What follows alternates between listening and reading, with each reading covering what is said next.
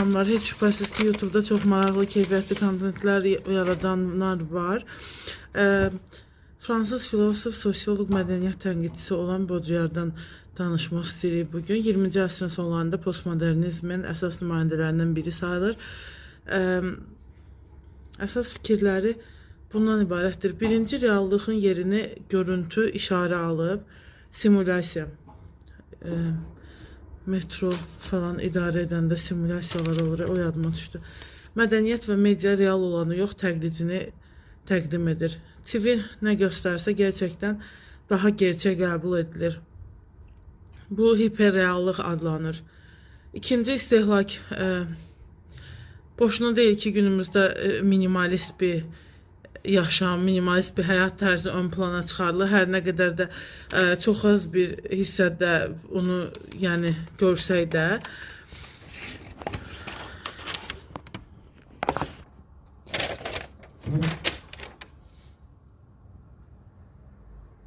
Dünən bir videoya rast gəldim. Normalda belə sosial mediada rast olduğumuz ki, təbiətlə iç-içə bir yaşam nümayiş etdirir. Getdi oradan nəsə dərdi, yedi, içdi, sadə bir kravatda yatdı. Kənd həyatı da şəhərdən uzaq. Yadımdan çıxdı. Onun adı nə idi? Şəhər yaşam tərzinə bir də nə ad deyilirdi. O sözü unuttum. Dünən də birinə rast gəlmişdim. Bütün günü toyuqları ilə uğraşır.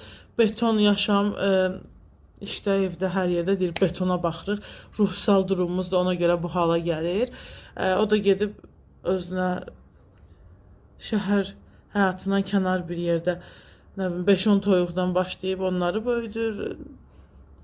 Deyir, əvvəldən 5-10-la başlamalısınız. Bu cür qulluq edəyin.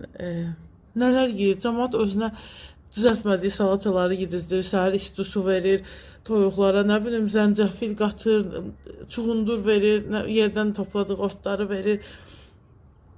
Özəndən bu anlatır da necə toyuq yetişdirmək. Deyir, birinci əsas sizə nə yumurtadır, yoxsa toyuğun ətindən istifadədir, ona qərar versən. Nə qədər şey yazmışdım, mən o əzbərləyə bilmərəm. Həm də marağım yoxdur, amma kimsə məsələn uşaq böyüdür, ona elədiyi supları, şorbaları paylaşır, uşağınla oynadığı oyunları.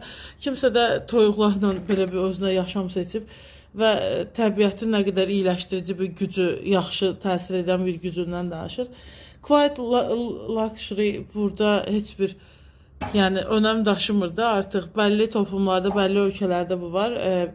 Türkiyəyə bizə yad bir şeydir. Çünki biz göstəriş üçün yaşayırıq.